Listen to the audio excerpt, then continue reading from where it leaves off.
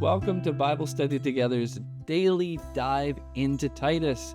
I'm Peter Schrock, the founder of Bible Study Together and a life and marriage coach at togethertransformed.com.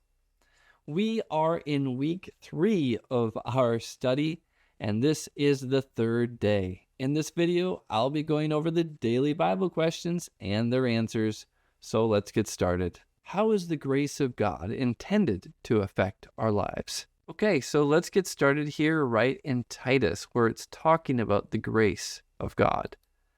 We are going to jump over here in verse 11 of chapter 2.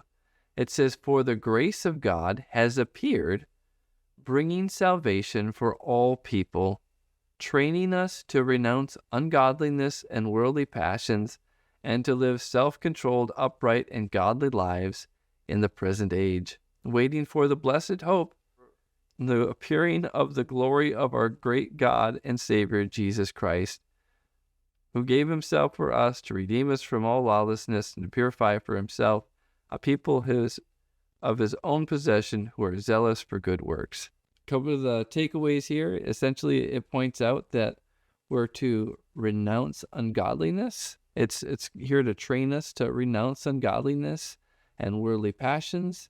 It's here to teach us how to live self-controlled and upright and godly lives.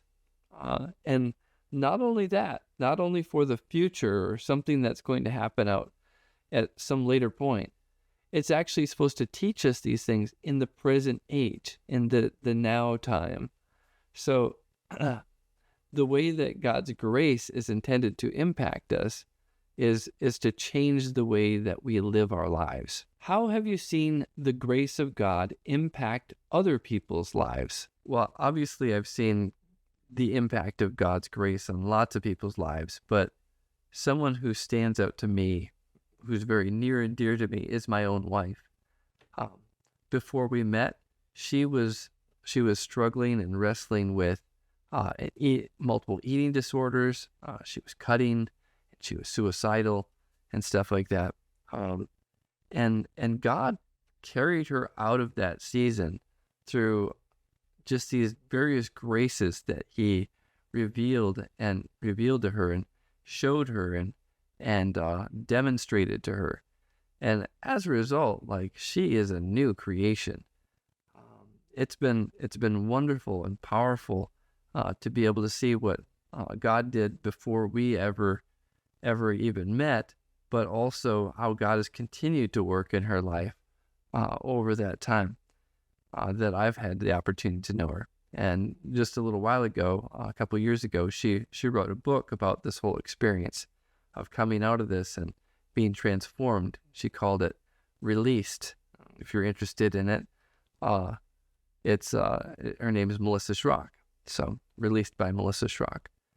But yeah, in that book, she just outlines how God's grace and carried her and picked her up and revealed things to her in that season of darkness and brought her to a place of light.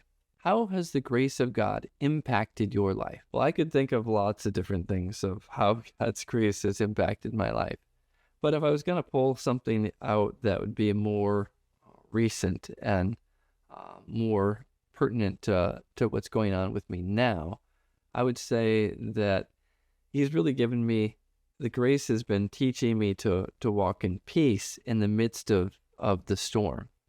And in a recent season, a lot is shaken up in regard to my work and my income. And as a result, it's definitely made me feel uncomfortable and whatnot. But knowing how God has worked in the past and seeing how he's shown his favor to me in the past has taught me to trust him in the present. And as a result, it's given me peace in the midst of the storm. And it's definitely comforted and empowered me to do the things that I'm doing today.